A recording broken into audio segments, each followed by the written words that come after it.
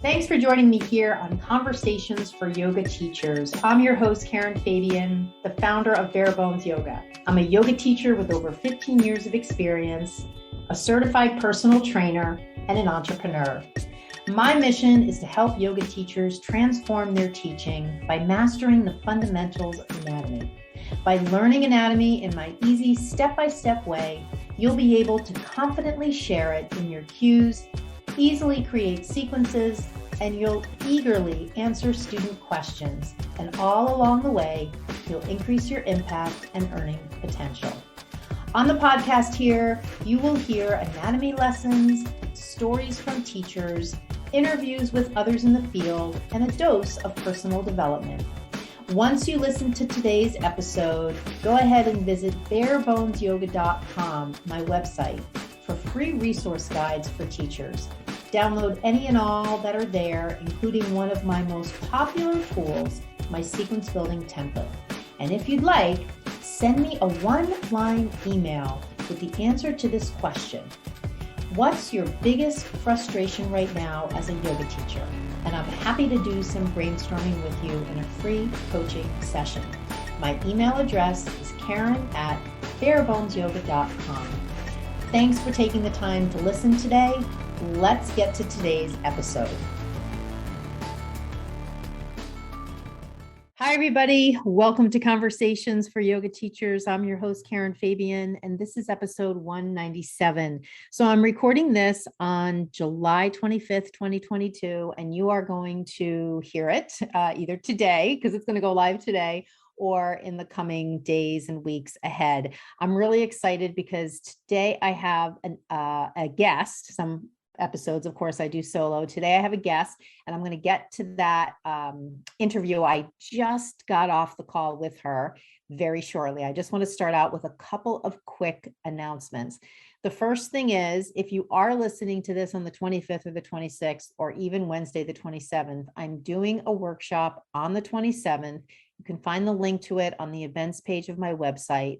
And it's all about common questions yoga teachers have. Now, for those of you who have been to some of my past workshops, you know that because I focus on anatomy, they're almost all, if not all, focused on different aspects of anatomy and bringing anatomy seamlessly into your teaching.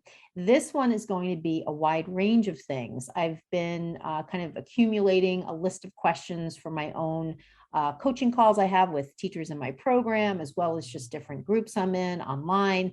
And I've pulled together what I think is a pretty good list of common questions, and they are going to be wide ranging. So some are about anatomy, teaching skills, business of yoga. So I think you'll get a really good overview. I kind of think of it as a little bit about a lot, rather than some of the other workshops I do, which is a lot about maybe one thing, hip anatomy, for instance. So that is this Wednesday, the 27th at 4 p.m. Eastern time. You can sign up for it on my website events page. And if you can't make it, do sign up and I will send you the replay, but you need to sign up for it. There is a small fee for this workshop. It's $25. So whether or not you can be there live, you will get the replay as long as you sign up. The next thing I wanted to mention is that in the show notes for this episode, I am including my two most recent free downloads that I've created for yoga teachers. I have a number of guides that I create for yoga teachers on a number of different topics. Over the past couple weeks, I've created one on different mindset shifts for yoga teachers that uncover some common self-limiting beliefs that teachers have and a way to reframe those self-limiting beliefs. So that's a mindset focused PDF. And the guide that I created last week is a real practical one about tips for teaching online classes. So if you'd like either or both of those, an easy way to get them is you can just send me a DM on Instagram and I will send them to you. These are not on my website, so you have to request them. Or if you go to the show notes for this episode, there'll be links for both of those in the show notes. And when I say show notes, what that basically means is you go to my website, go to the podcast page of my website, And for this episode, number 197, you'll see links in the description. That's the show notes of the episode. If you don't feel like doing all that, especially if you're listening to to this podcast on your phone right now, just hop over to my Instagram page, Bare Bones Yoga, and just send me a DM. I think that's probably the easiest way. So with that, I am going to kick off just a quick intro. And of course, the bulk of what you'll learn from my guest will come in the episode itself. My guest today is yoga teacher Allison Ray Jeraci. And Allison is someone that I connected with on Instagram, in that she came up in my Instagram feed one day, several months ago.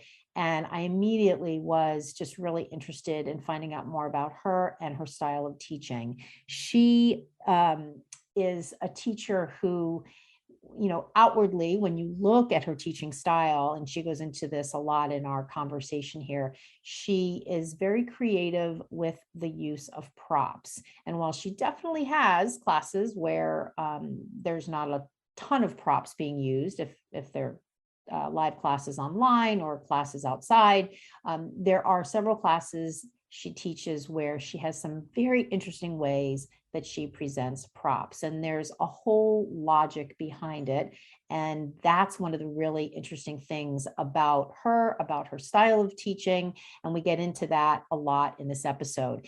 The other piece that was so inspiring for me to learn more about is who she is as a teacher, what's important to her as a yoga teacher in terms of how she shows up for her students and what benefit she wants to share with them and how she wants to empower them. And there was a lot of conversation we got into about that. And I'm just so grateful to her that she was open and honest and transparent in sharing it all with us. I think there's so much that we can learn from this episode, each of us individually as teachers, in terms of how we can all grow individually as teachers so that we can not only love teaching, also so that we can be of benefit to our students and have a positive impact on students in our classes. So with that, I'm going to turn over this episode now to the interview I just did today with yoga teacher Allison Ray Jeraci. Hello, how are you? Good, Karen. How are you doing? Good. It's great to see you. So nice to meet you. And there is your robin egg blue background that I see on your videos, which is so fantastic. I love that color. It's very unique. Is there any meaning behind that color? You just liked it? Yeah, it brings me joy. Yeah, I'm all for that. I'm all for that. So thank you so much for doing this. I really appreciate your time and am really excited to kind of dive into learning more about you and what inspires you to do what you do, which I've been kind of watching you on Instagram and learning from you. And I'm just really excited to share this. Awesome. Thank you. I'm glad to be here. This is really exciting. Cool. So tell me first where you're based out of. I am based out of Danbury, Connecticut. Okay, great. I'm in Boston, so we're kind of. Oh, okay. Neighborish. Are you from there originally? So I was actually born here, but I lived my whole life in New Rochelle, New York, about like 30 minutes outside the city. Yeah. Got it. Okay. Yeah, we share that East Coast sensibility because I was born in the Bronx and I grew up in New Jersey. Got it. Yeah. My parents still live there, but I went to school at Boston University and I just stayed in Boston. I mean, it's kind of like one of those places that you just kind of stay if it's a good option for you, and it was. So, well, that is just great. I'm glad I was wondering when we set this up, is she in the same time zone as me? I never quite know where people are. Yeah. So why don't we start by, you can just kind of take this however you want, direction-wise, this first question topic, just to kind of give the listeners a sense of who you are and what you do. If folks are not connected with you on social media, I know my impression is there's a specific kind of niche area of the practice that you're sharing. I just leave it to you to kind of share with us. Tell us a little bit about you. Awesome. Cool. And then none of this is on camera, right? It's all just audio. It's all just audio. Yeah. Okay. I just like to, if the person's willing to see them. So it's kind of like we're sitting in a coffee shop having a conversation. I'm totally there with you. Yeah. I just like to use the audio because I just feel like people are just listening so much these days to podcasts and they don't really need to see it.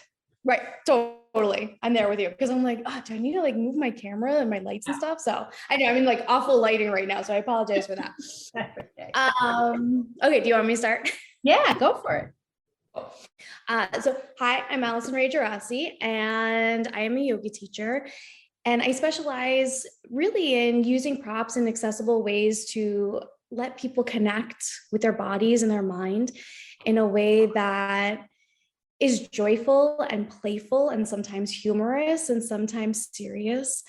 And it's always this evolving mix of understanding your body, where you are at today, and being comfortable with it. You know, I feel like we've been told so often to not use our body or be afraid of our body, and bringing props into the practice just creates this whole new world, at least for me. And I think for my students, all of those aha moments that, you know, I think I live for, both my own aha moments and those of my students. So I think when if I could give a visualization of my work and, you know, using props, I would say a very young child who's like looking at the entrance of a carnival, that there's so much to do, there's so much to explore. You know, sometimes it's a little bit scary because, you know, I can use a chair, but we don't necessarily just sit on the chair. We can do all these different things with a chair. And so there's a little bit of that roller coaster ride, but then also that sweetness and open to exploration. So a lot of that is like who I am and what I do and what I try to bring in the practice. You can see all this stuff on Instagram. I'm at Allison Ray Jeraci. And I teach online. I have a whole online yoga studio that explores all of these props in depth and explores the practice in depth in some more traditional ways and then also in some new age waves. Got it. Now, how did you start out as a teacher teaching in this way, or did you start out teaching? I mean, I think there's teaching with props, which I think in general, people are like, hey, grab a block for this posture, or a strap can be helpful here. I feel like you're in a completely different zone. And for people who haven't looked at your Instagram, once they do, they're going to be like, oh, I totally get what Karen meant there when she said that. And so I guess what I'm wondering is, was this an evolution for you, or was this like right out of the gate, you had that sort of inspiration? It definitely an evolution, but I think it was also something that was very apparent, though I didn't see it, if that makes sense, right? Because you go into teacher training and you're taught what to do and you're like, okay.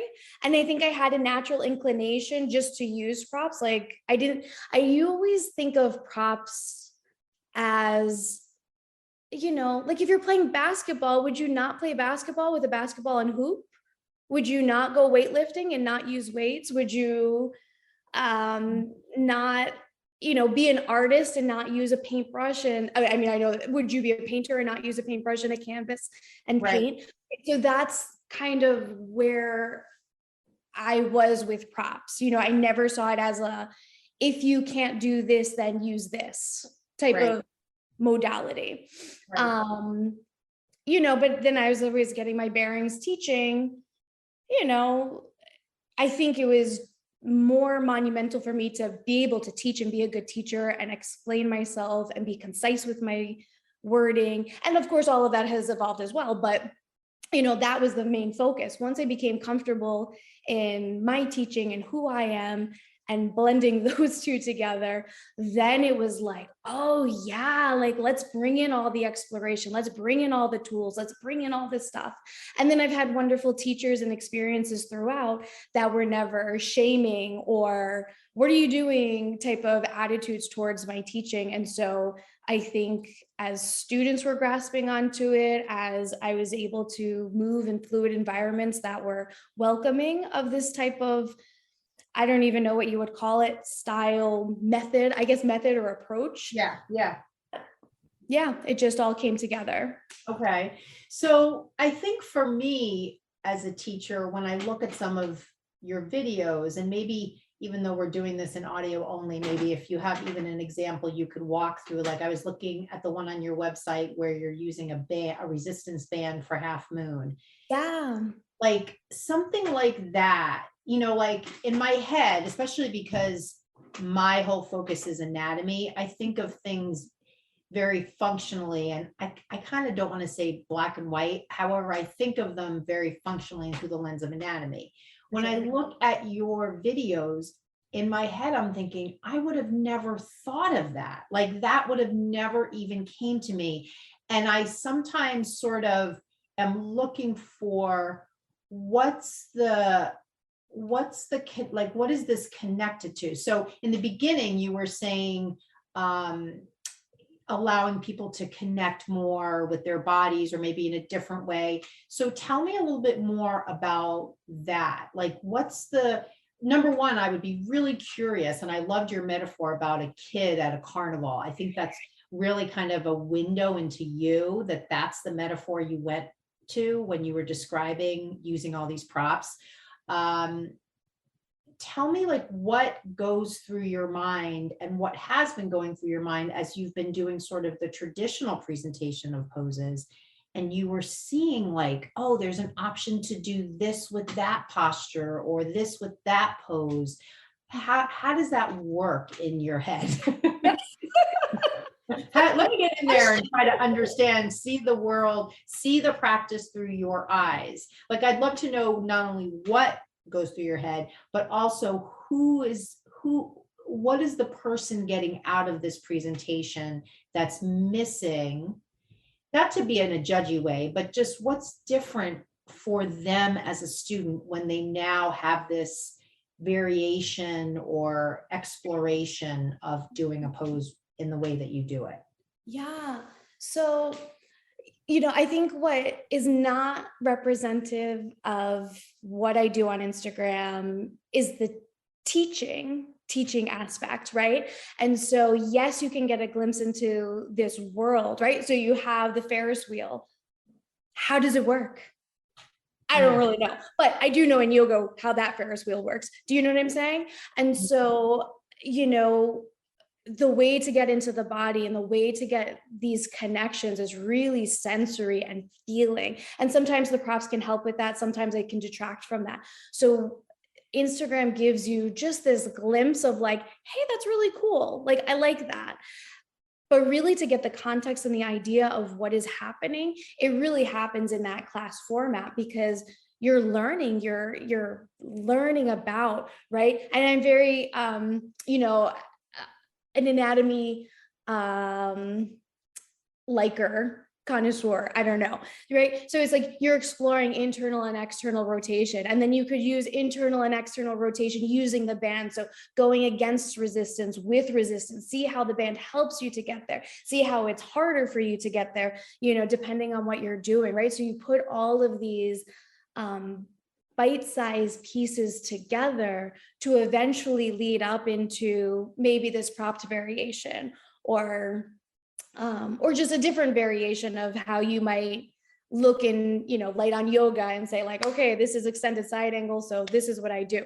So I would say in my classes, it's not just a bunch of, this is a prop variation to do side angle, this is a prop variation to do pro pose, this is a prop variation to do, it's not just a bunch of poses, but it really is this methodical breakdown of each individual component and then playing and exploring, bringing those together. So I feel like students can get deeper into their body, not by me being a mouth in the front of the room or in the virtual classroom and saying, do this, do that, do this, do that. This is how it goes. This is the right way. But really saying like, okay, when you turn your thigh out, is it different? Does it feel different turning your thigh, your left leg to the left by moving from the thigh, moving from the head of the femur in the acetabulum versus rolling or thinking of moving from your knee to the left versus thinking of moving your ankle your outer ankle down towards the floor versus the outer edge of your foot down towards the floor, right? So as you're moving distally and proximally, right? Like those are just different sensations that we feel. And then once we put it together and I say, okay, we're going to do half moon with a resistance band. So put the resistance band on your left foot. That's going to be the left leg that you turn out, right? So feel that degree of rotation and see how you're moving naturally, right? See if you're moving from the thigh, see if you're moving from the foot. Does it make a difference for you? Does it not? And so those are the points of getting deeper into the body and building upon all of those thoughts and those ideas. So it sounds like when I think about just how you walked us through that and just heard it, you know, of course not doing the posture, but as I heard that, it's very sort of inquiry driven to me as a way of you sort of being an inquiry coach of the students to allow them to notice more. So is that like an interoceptive kind of process? So is that sort of part of the intent? Yeah, I think it's that part of the intention, but also giving back this sense of autonomy to our body, right? I feel like we are living in a society where as fragile as we can be, we are not. Right? And so, and then we think of the things that we put in place that can help us in life, but also things that take away from our autonomy. And yeah, so, and I mean, even if you think about that in the context of yoga practice, I mean, certainly it's got thousands and thousands of years of history. I think, though, if I take what you just said and sort of apply it within the context of yoga, there is sort of a do it this way kind of underlying messaging that, you know, is sort of part of any sort of exercise instruction. It's like you have your trainer or your yoga teacher or fitness coach, whatever. Whereas I think your style is more focused on really not having those four walls around the student, sort of. Would that be? Yes and no, right? So of course, there's the general outline, right? Yeah. So you can have the general right outline, right? Turn your left foot out 90 degrees, turn your right foot in 45 degrees, bend your knee on top of your ankle, right? So it's like, it's giving you that format, but I definitely wouldn't say, you know, bend your knee on top of your ankle so that you don't hurt your ankle. Right. Yeah. So much different, right? Yeah. That putting your knee on top of your ankle or heading in that direction or phrasing it that way. Yeah, no, I'm totally with you there, making that equation, this equals that, and therefore this movement is bad. I love that you called that out. So tell us about some of the props, you know, because there's the standard kind of block strap situation, but you've got a whole bunch of other things going on. So tell us in your yoga carnival, what's out there? Yeah, so this was brilliant. This isn't mine, but Allison West is a brilliant teacher based out of New York City. Yeah. And so she said, once something becomes a prop, it's always a prop. And so really whatever you have at your disposal, right? It doesn't have to be in Yoga Journal in order to be a prop, right? So you want to like, oh, you know, if I slip this towel underneath my hand, I have a softer surface, but it's also a little bit elevated and it gives me comfort feeling something soft instead of the hard ground. Well, now that's a prop, you know, probably better ways to utilize a towel, but, you know, really it can be anything. And so I would say the normal staples in my practices and my classes would be a chair, bolster, blocks, strap. Resistance bands are super fun, and not just because they're fun, but also they give the body sort of this bouncy, springy element that I think we lose, especially as we age, right? And so to get a little bit of that back, very nice to feel. Blankets and also your body, right? So I think sometimes we can overdo it with props as well. just like with anything in life. And so your body is a prop. So understanding just how the body moves in small parts, that's what makes it accessible. Mhm. And I think that's what makes it functional too. And then to start to incorporate all of these different props into the practice. So they all serve a purpose depending on whatever that North Star is for the day, if that makes sense. Yeah, Okay. no, for sure. So just a practical question that I'm thinking, and this sort of ties into getting a sense of sort of what your days look like these days compared to what they look like before COVID in terms of your teaching. Because I know even for me, when I wanted to bring in MFR balls into some of my classes at one of the studios I was teaching at here in Boston, it was like a whole major ordeal. Who was going to buy them? Who was going to bring them? We were going to use the same ones for every student. This was before COVID. So in your classes with all of these props, just on a practical level, how do people access this kind of equipment? So yeah, that's a great question too. I would say I probably took charge of what was at my disposal, and then that's what we'll use. Okay. Right. So, I was fortunate enough to be at studios that had chairs and that had resistance bands. Got it. And as well as, quote unquote, the normal props that studios Right. may have. Right. But if it were like I teach at a beach right now and we don't use any props, right? But we use the sand as a prop. And, there's rocks and there's chairs and there are benches. So we can utilize that, Cool. And so I think that even though you're using the props too, like we also want the autonomy of just being able to move our body without them. Right. So there's this mix and match, and it's been really interesting to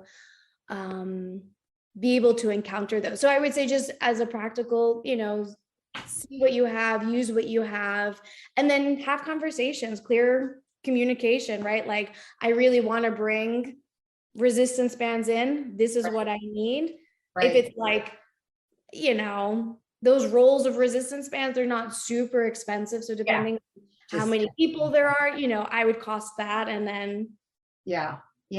Now, so just a little sidebar here, and I want to continue to go down the path of the actual practice piece.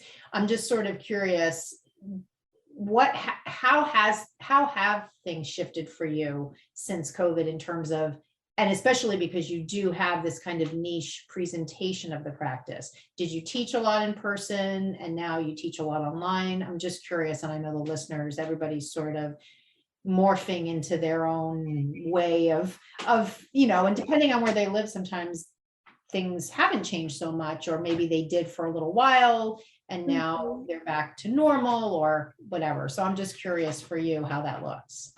Yeah. So prior to COVID, I definitely did the whole, teach a million classes, run to a million studios, do the workshops, teach teacher trainings. Got it. I started traveling and teaching, nationally and internationally. So, and really COVID was a big year for me. 2020, or was going to be a big year in terms of travel and bringing my teaching a little bit wider.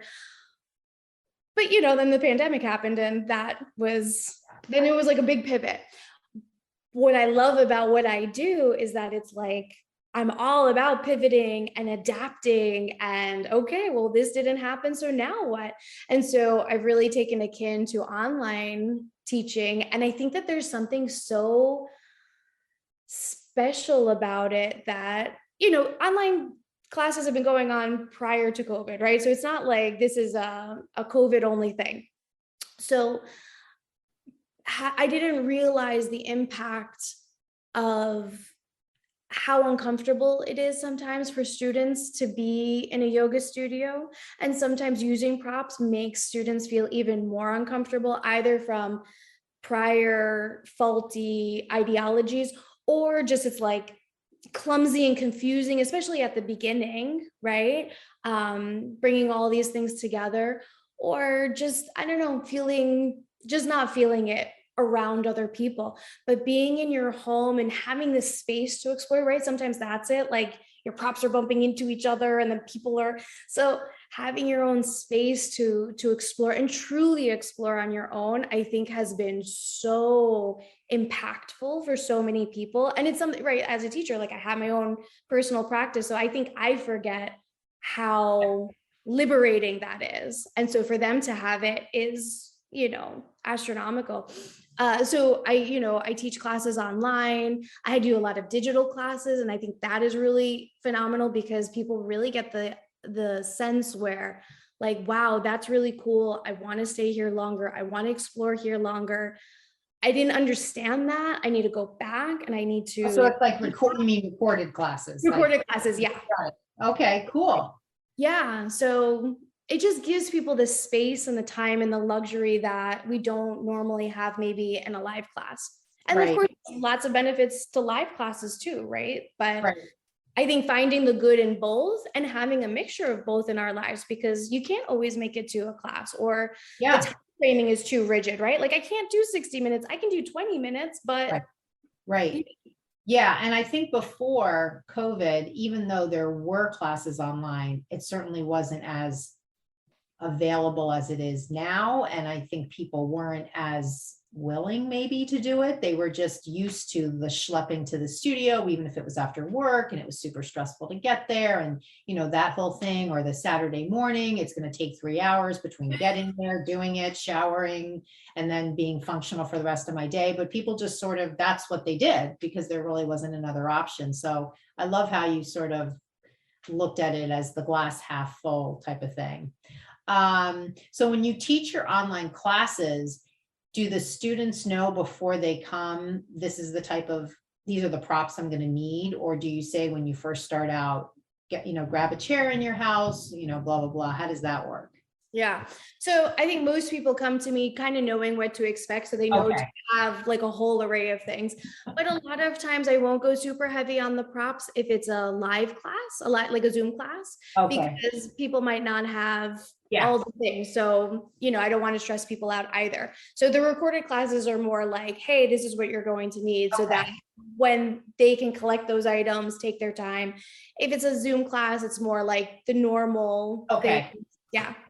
Okay, got it. So I hate to kind of put you on the spot here. I'm just wondering, can you think of maybe a pose that, maybe like one of your favorite poses that you've sort of morphed into your way of presenting it? Can you tell us a little bit about that posture and why you changed it the way you did? Or I don't know, I'd love to talk about a couple of examples and really kind of drill down into some of the logic around it. So I don't know, something that's just somewhat different from the normal use a prop, under your arm if you're doing twisting crescent lunge, like that's probably somewhat in the common vernacular of teachers. But again, when I look through your Instagram, I'm like, wow, I would have never thought about that, or I would have never thought about that. So is there anything that comes to mind that you can walk us through? Yeah. So first I would just clarify that, it's not mine. Do you know what I mean? Like, I think that these prop variations are out there, and that there are teachers. I mean, of course, like Iyengar, there's a huge, massive. Yeah, I do think, I don't have a lot of Iyengar experience. It does sort of, the little bit I've seen just from being in studios with teachers who have that expertise, it did kind of remind me of that. Only in that I know there's a lot of props to be used there. And I hear what you're saying. It's not yours. However, when you teach it, it's your way of sharing something that maybe there is somebody else doing, but in that moment, that's your presentation of that. So yeah, totally. Gotcha. Yeah. But I just feel like that, like, that's one thing to be clear on. And two, like, I don't think that it's ever,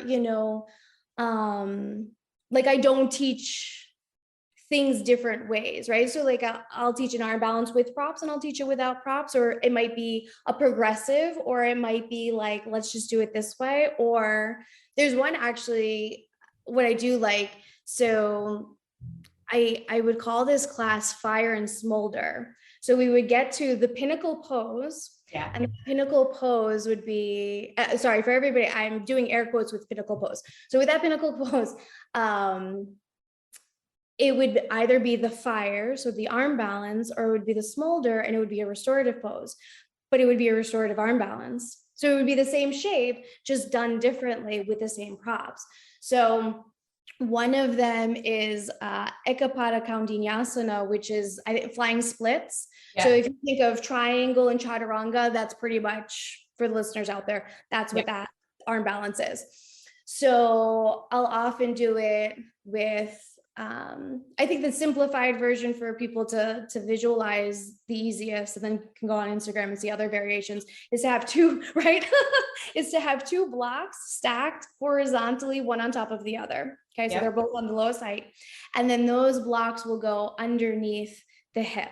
Okay, so at the hip of the back leg. Yeah. And then you would position yourself and come into the arm balance that way. Yeah. But you could do the smolder version. We'd actually do this with a bolster because, you know, that wouldn't be super appealing on blocks, but you could lie on the floor. You could lie flat on the floor and have the leg out to the side, right? So you're in a prone, or you could do it on your back too. So then you would be in Supta Padangusthasana too. And so you have these, like, I want something more today, or I want intensity, or I want to explore an arm balance, or like, I want to explore something softer, or like, I'm good, or I don't need that, or, you know, or this is like where I'm at today, whatever the thing is. And so you get to not only experience something different and see something different, but also see the correlation between those poses.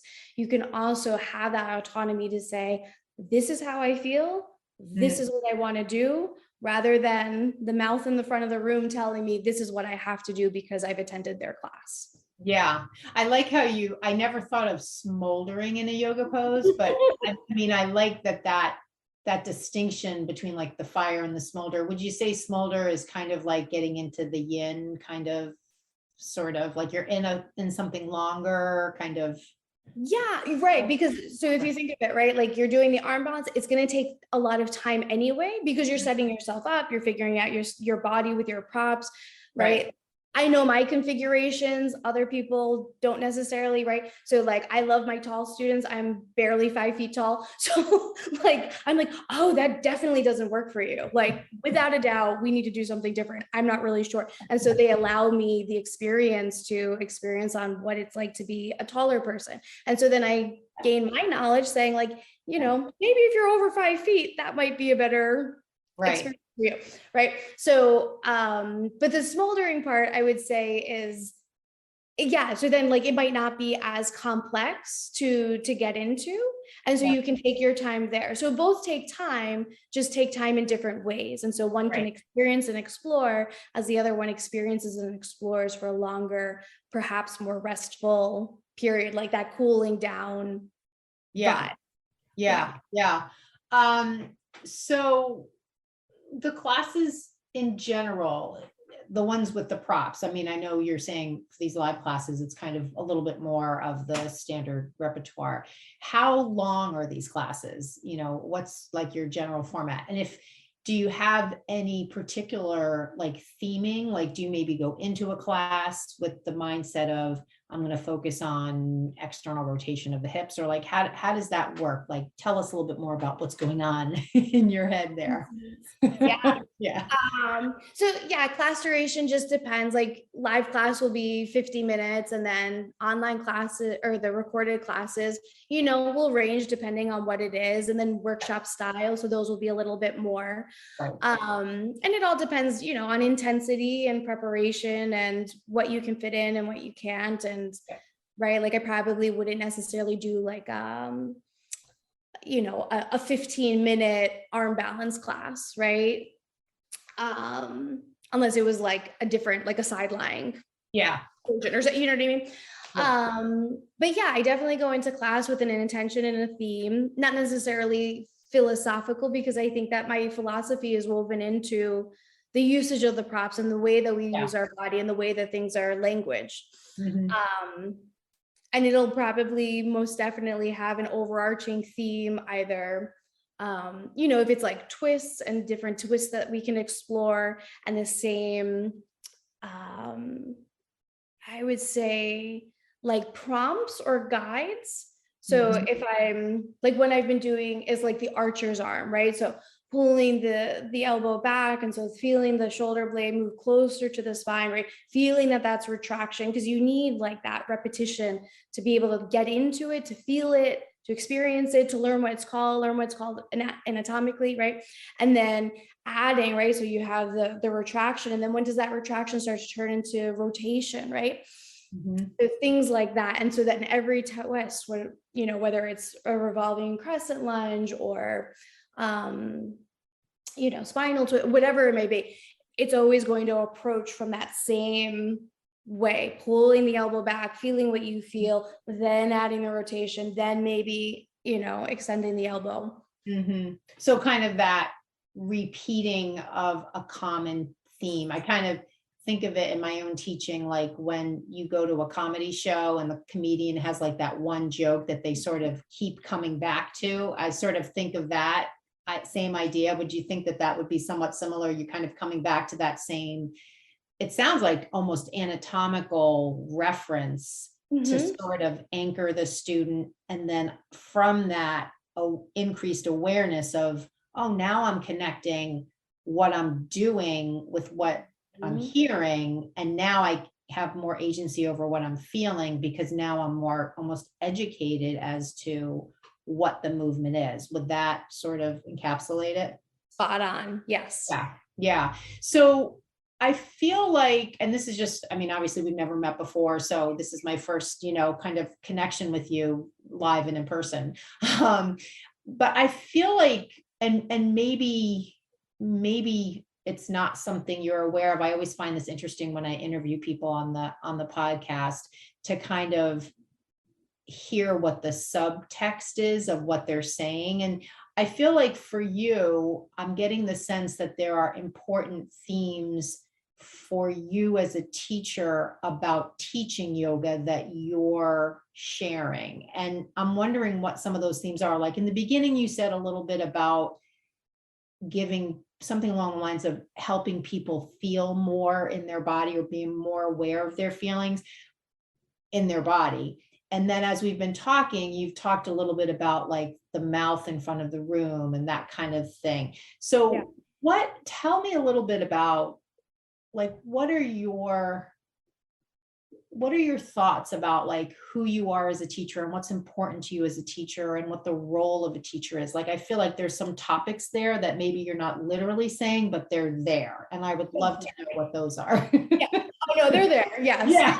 I don't even know what those are, because those are the things I feel like that make teachers different, and also help them really that's their authentic way of sharing the practice, versus kind of just, like you said, at one point, going to training, hearing the way to present it and presenting it that way. So tell me a little bit about what some of those themes are for you. Yeah, I think yoga world is complex, and it has so many great things and a lot of bad things. And I think a lot of those bad things are continually overshadowed and really not talked about. And I think that there needs to be a little bit more of light on that. And also in the subtext of our culture, right? It's like you see a person in front of the room, and therefore they have all the authority, they have all the knowledge, they know the things. I was very good at school. And the reason why I was good at school is because I knew what people wanted. And if I knew what the person wanted, I would give the person what they wanted, and I would get a good grade for it, period. Right. And that's not education. Right. It's not thinking for yourself. That's not learning. And so I, for a very long time, did not understand perhaps the dynamics, the power dynamics that are involved in standing in front of the classroom. I didn't understand that people looked at me differently than I look at myself and who I am as a person. And so like, I'll teach a class and they'll say, you solved this for me, or you fixed this for me. I was like, I didn't do this class. I didn't make you do that in your body. You came to class. You decided to listen to what I had, or you were open to the suggestions that I was making. Mm.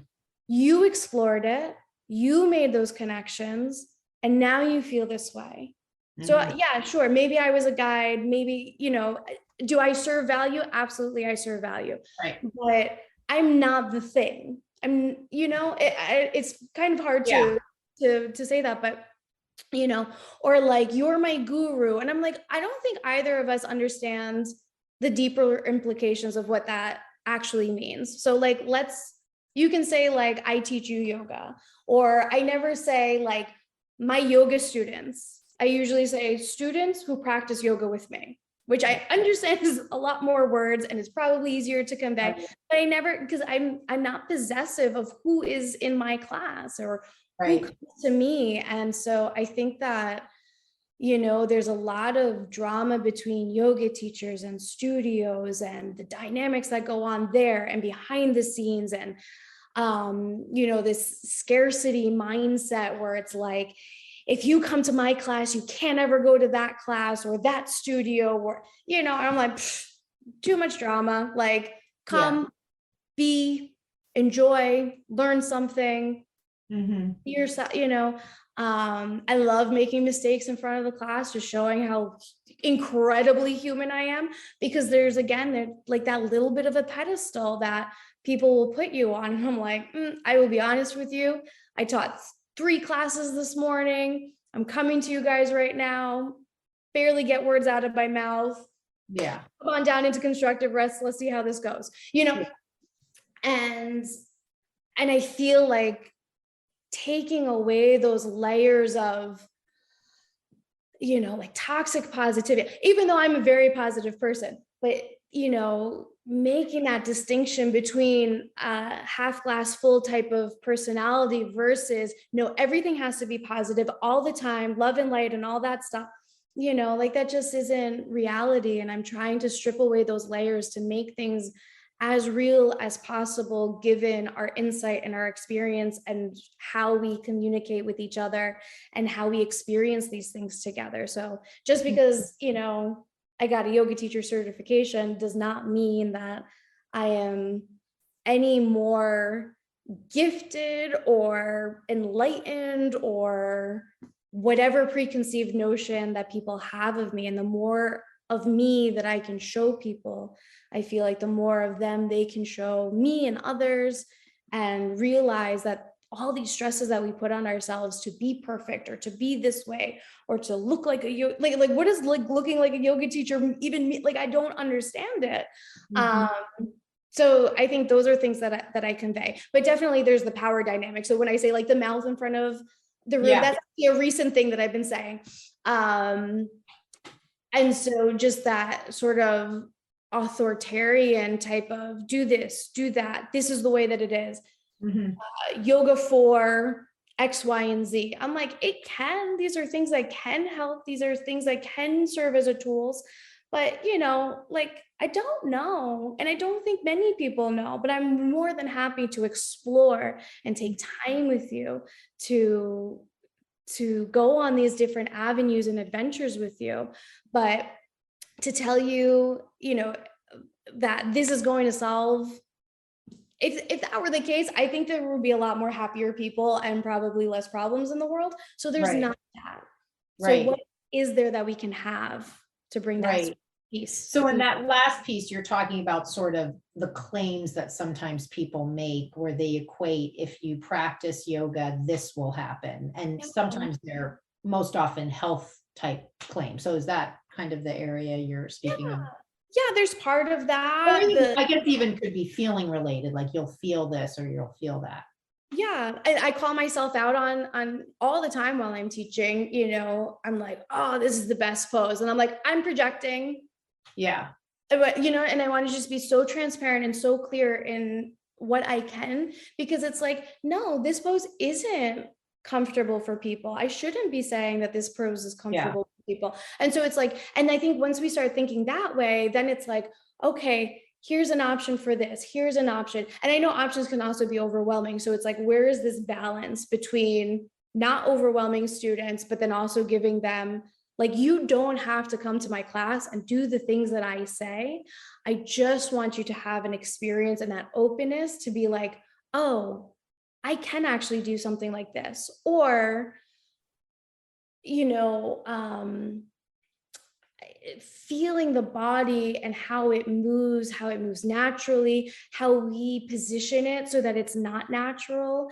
And that is not a bad thing either, right? Or like what my anatomy allows me to do versus what it doesn't allow me to, versus I still like the feeling of turning my thigh out more, even though I don't have more external rotation. You know, so like, I think it's very layered and nuanced as to what we can say. And I just want people to be as empowered to explore and know that it's not this way, and they can have more options. So would you say, similar to how you sort of created and morphed into this style of teaching from where you started when you originally were teaching, and you were kind of like all of us, you went to teacher training, and you kind of emerged from your initial teacher training and maybe subsequent trainings with a particular kind of, I would imagine, somewhat more mainstream kind of doing it without props, except for every once in a while type of thing. Would you say that all of what you just described as kind of your approach to teaching, especially as it regards the relationship between teacher and student, did that evolve also because either you had some experiences yourself that kind of hit you a weird way, or you observe, and you don't have to get into details. I guess I'm just wondering, where did all of this come from? I mean, you made that mention of being a student when you were in school, and you kind of learned, well, if I just kind of follow the rules, I'm going to get the A and I can just move on to the next thing, which, is kind of the educational system as we have it, but a lot of people don't ever question that. They kind of just say, okay, and now I'm going to go to college and I'm going to just repeat the same process again. And my relationship to authority is what it is. How is it that you saw that differently, at least as it relates to being a teacher? Yeah. So I think there are a lot of different influences, but I think one of the things is seeing and communicating the struggles that others have.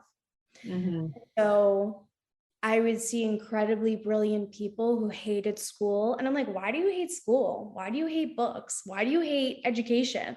And then I see what their experience was, how they went through it.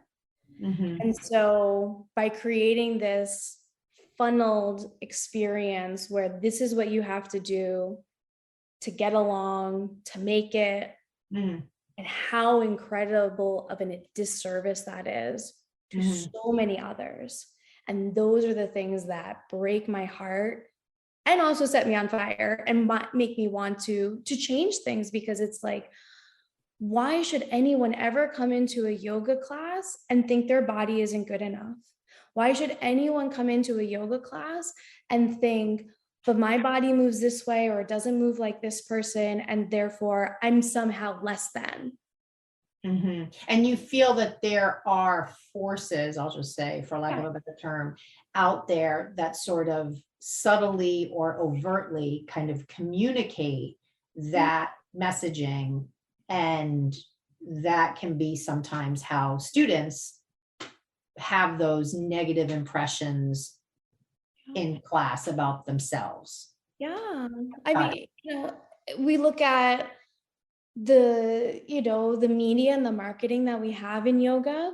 If you ask somebody that doesn't practice yoga or has maybe practiced a few times, right, what is yoga? And it's like, it's being a contortionist. It's like, no, it's not, but I can't do a handstand, but I'm not flexible, but I can't touch my toes, but I can't, but I can. It's amazing how long those things have been out there. It's like, it doesn't seem like it's going away. No, it doesn't. And that is really unfortunate. And I think that's why there's more need for representation of different people, because, I mean, this is where I get caught up a little bit, because it's like, I come from a very big sports background family. And so I'm like, but don't people watch football? But don't people watch gymnastics? So it's Yeah. like, I don't understand the frame of reference when people say like, oh, I can't be strong because I want to be flexible, or I'm, Right. they say, I'm like, I think though, when people think flexible, they mhm, don't understand the anatomy of flexibility to appreciate that flexibility at the nth degree is actually not super strong. There's actually sort of a vulnerability there. There has to be a good balance, and you can have that balance. I think oftentimes people think about that in a very binary way. You're either flexible or mhm. you're strong. And Right. just as you say, when you watch gymnastics, they have both qualities in their body. Exactly. So being able to, and sometimes that's all you have to say, right? If you can find that in that other relatable Yeah. fact for people, then it's like, oh, maybe I can try this. Yes. Um, yeah, Yes, relating it to something else physical movement wise that they can relate to, because they keep getting boxed in when they think about yoga, and they keep excluding, like self-excluding. exactly. Yeah, yeah, And oh, so we've had such a gift with, yoga, and we all come to the practice with our own experiences and how they've been great for us. And again, not to project that, right? It's come to yoga and it's going to be awesome. But I think that we do want to share that with people and let them find that on their own. But sometimes it's so hard to get out of the gate because of yeah. what they see in media, what they see. And Mhm. then if they go to that class, right, it's like yoga 101, let's get ready for a headstand. It's like, oh Yeah, man, right, right, yeah. Yeah, and how do you feel about where you were talking before about more people doing class online than prior to the pandemic? Do you feel that because there's more online instruction now, that it gives people more access to try that, that type of person who might exclude themselves prior to COVID because they don't want to go into a physical space and be surrounded by people that they feel, they don't feel like they can do it as well as do you feel in the online world there's more of a willingness to try it? Um, I don't know if there's a willingness to try it. I think the accessibility is Yeah, there. So it's got to be sort of this perfect storm of like, yeah, I think somebody in real life that encourages them, like, hey, yoga could be really good. Yoga's not all the same. I practice with this teacher. Maybe you want to try this, so that there's a little bit more motivation, because you could like follow all the Instagram yogis you want and be like, that's cool, that's cool, that's cool. Don't like, okay, and scroll through. But really that step to say like, hey, I'm feeling a certain way and I think yoga might help, and I think that that's where online yoga can be really beneficial, especially if there are barriers, right? Because there can be, economic barriers, there can be right. time constraints, there can be, Mhm. even having a local yoga studio, but then being able to access it because going up flights of stairs isn't accessible to you and they don't have an elevator, Mhm. or like there's just so many different variables that can stop people, and Yeah, people sometimes stop people. So I do think that online yoga is a great way to be able to do it at your own, literally do it at your own pace. Like,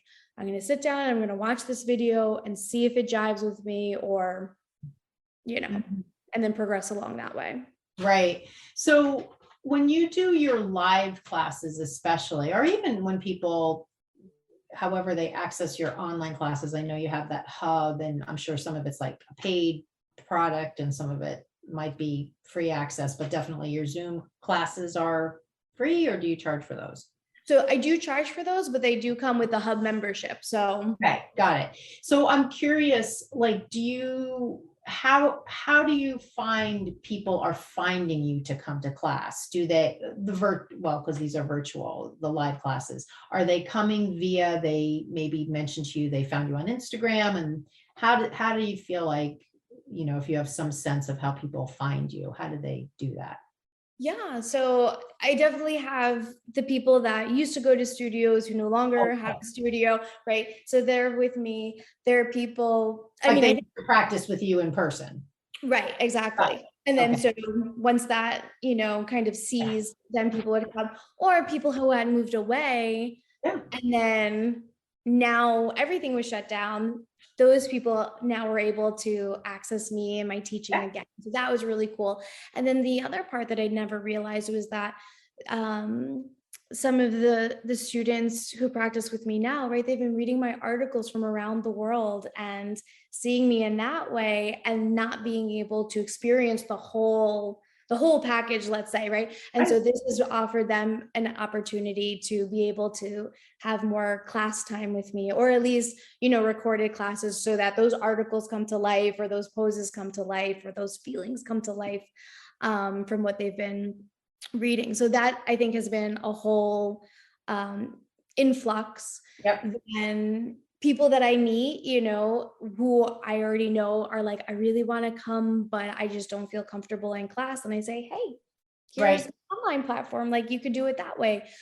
And then definitely Instagram, there's a big pull from that crowd, and Got it.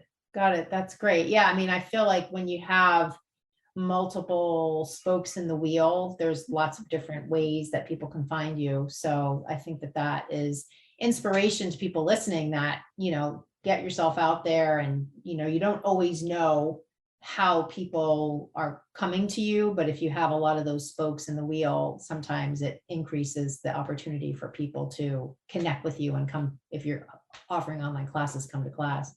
So I'm thinking, as we kind of wrap up here, tell us a little bit about kind of where you're headed going forward. Like, what are some things? We're sort of halfway through this year. This is now, I kind of think of 2022 as, at least for me, the year that I just kind of accepted things are never going back to the way they were. Like, I kind of in 2021 was sort of like, okay, I'm still in a weird mode where things could go back, but I think, I don't know. And I don't mean all things, at least for this conversation, we can focus it on yoga things.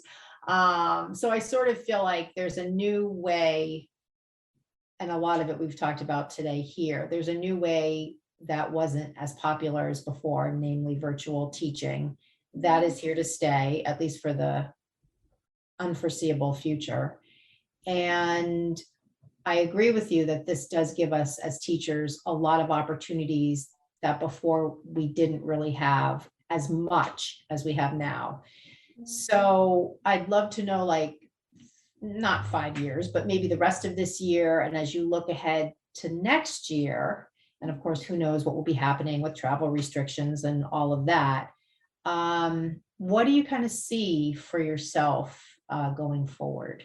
Like what you'll be offering and teaching? Adaptability and change at any given moment. But beyond that, or more specific to that, I am looking into writing a book. So that, I think, is going to be my focus, crafting different ways for my hub members to experience yoga, because I'm starting to realize their struggles in a virtual realm. And so how to build upon that.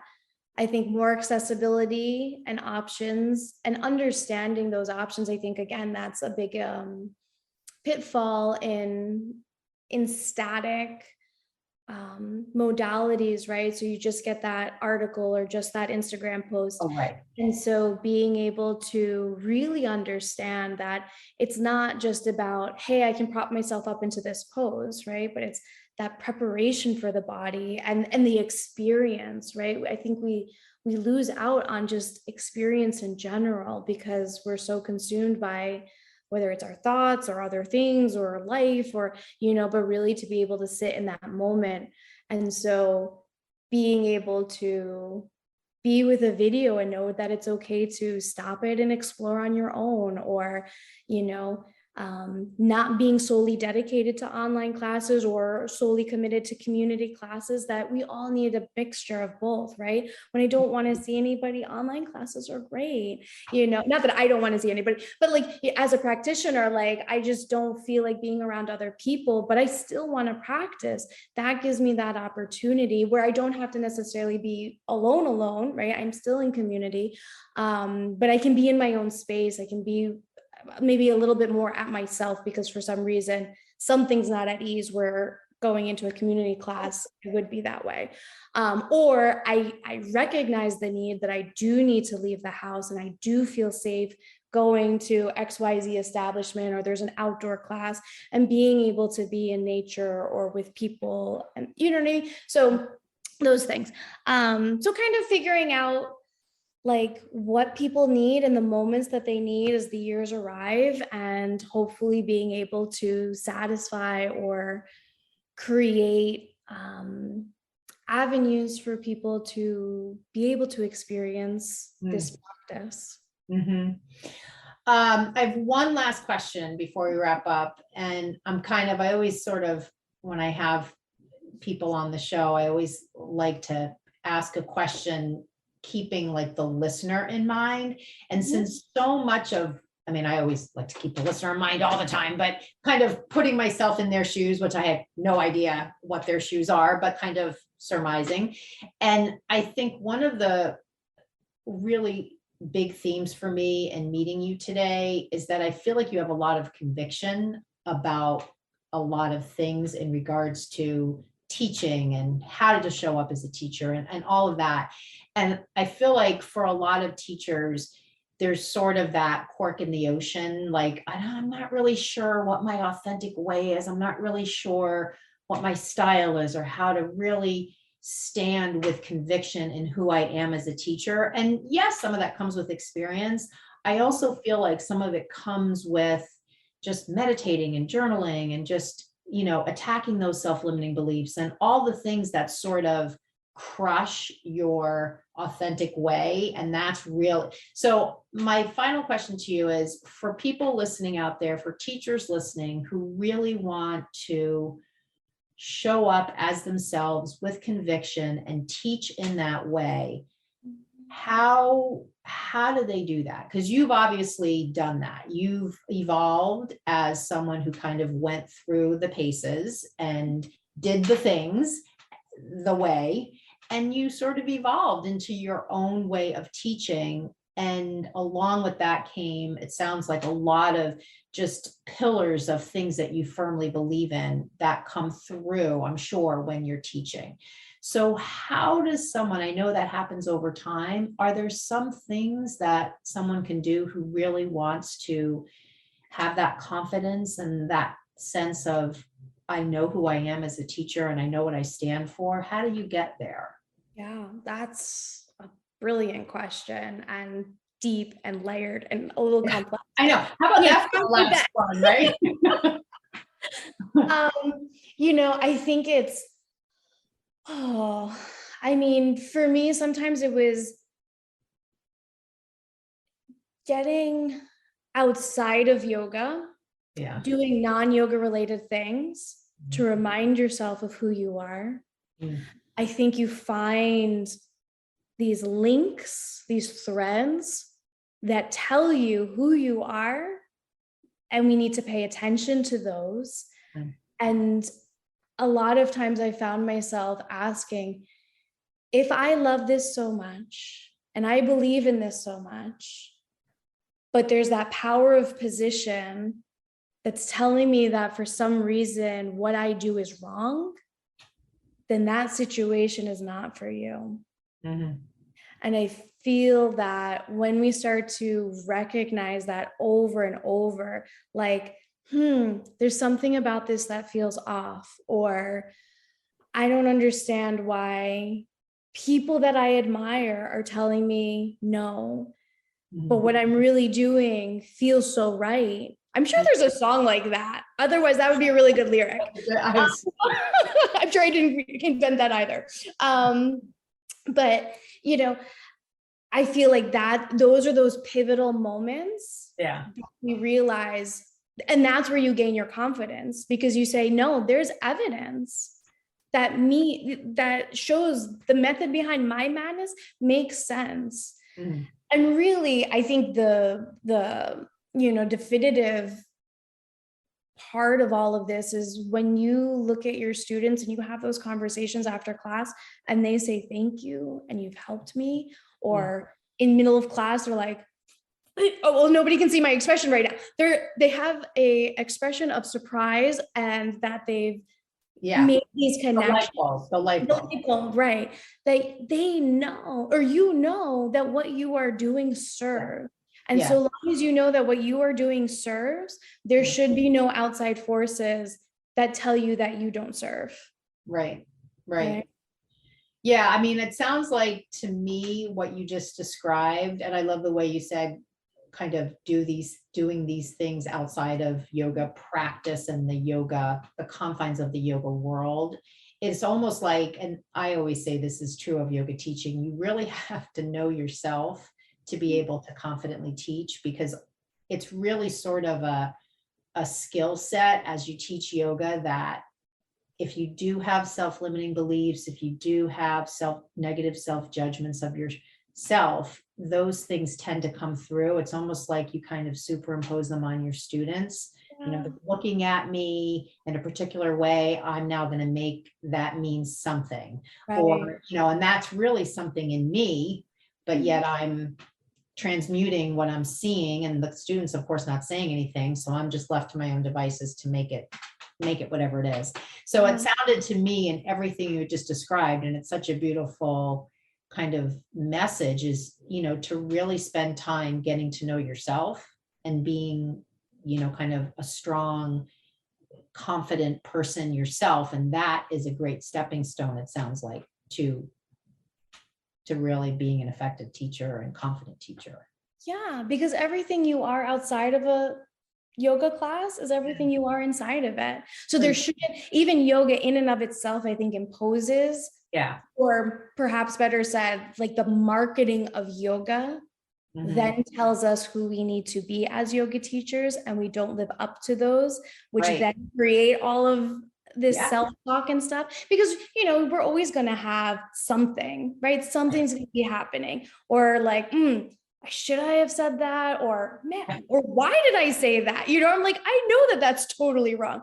And and those are those points in the class where, like, I'll call myself out and say, that was totally wrong, please disregard that, sorry about that, or you just let it pass, or whatever your process is. But knowing that because we have yoga philosophy, you don't have to be a philosopher. Because we have a yoga anatomy, you don't have to be, so submerged into the anatomy. Like, we are who we are, and we are all gifts. And so it's about letting that shine so that your students can shine, and then you shine back and forth with each other. And, it creates such a wonderful experience. And coming from, that confidence, it takes time, but it's not something that's to be perfected. It's this like beautiful process of working together and communicating and seeing what works. Like, that's the thing. Like, I think there's a lot of fluff. And when you get past the fluff, it's like, what works? What doesn't work? This works. Let's go with this, and then you build the confidence. Like, I don't really know about what's going on to the right and the left, but I know what's going on right in front of me. And this is what I'm going to teach to and be confident in teaching. And when I'm not, you go out and you learn, right? You learn more anatomy, and you're like, oh, that now makes more sense. And it just drives that middle lane where you are confident. It gives you the tools to keep doing more and then keep serving more. Yeah, that's great. Well, wow, you tackled that question just fine. It was very broad, and I love how you did that. I really kind of handed you a big platter of things. So why don't you tell people listening here, how do they find you on Instagram, and tell them a little bit about how do they access your live classes and the hub? Yeah, so you can follow me on Instagram. I'm Allison Ray Jeraci, ALLISON RayJeraci. And you can find me on the hub. There's links, direct links in my bio to the hub where you can be a subscribing monthly member, do all the things. I'm here for you. You know, you can always communicate with me, and I'm happy to, communicate back and see what's going on and how we can help each other. That's great. That's great. Well, thank you so much for being here. I've really enjoyed getting to know you. I appreciate that you said yes. When I sent you that little note on Instagram, I value your time, and I really had a great feeling this was going to be a really inspiring conversation and informative too. And it was both and then some. So thank you very, very much. It was great to meet you, and I hope to have you on again, and I'll continue to kind of follow along there on the Instagram and see what new interesting ways you have of supporting people in their practice. Awesome. Thank you so much. I really appreciate it. And this has been such a blast. And this actually, believe it or not, I always post on Monday. So this will actually go up today. So yes. Exciting. Like do things, and like, especially because if there's something that's particularly timely, like now it's not like it's going to go live in 3 months. So this will actually go up within the next couple of hours. So I'll send you the link before the end of the day to the podcast, to this episode. And then, you can listen back and all of that. So, all right. Well, thank you so much, and hope to talk to you again soon. Very much. Thank you, Karen. Thanks for having me. Bye. Hi there. Well, you made it to the end of the episode, and now you're listening to the outro, which is amazing. Thank you so much for staying all the way until the end. So I want to just let you know that I just the other day put on my website, on the events page, a really cool and short, it's like 20 minutes, recorded workshop that I've done. And it covers the topic of how to provide effective cues. And this is something that I get asked about all the time. So I wanted to do a special recorded webinar workshop that you could listen to, you can watch, because it is an actual visual workshop, as if you were there with me in the studio, or you could just listen to it. I think it's going to be better if you actually watch it. So how you get to this is super easy. You just go to my website, which is barebonesyoga.com. And on the events page, you're going to see the schedule for the events I'm holding on any particular month. And right on that page, you'll see a link to watch the automated webinar. And I like to call them workshops, because in the teacher world, yoga teacher world, that's what we call these deep dives we do into different topics. And this one is no different. So just hop over there, barebonesyoga.com, go to the events page. You can watch this webinar that I recently recorded. Here we are in the middle of 2022, and it's got some really cool ideas and strategies that you can use to really build your confidence in your cueing. So once you watch that, if you have any questions, of course, just reach out to me and let me know, and I'm happy to hop on a call with you and answer whatever questions you might have. Namaste.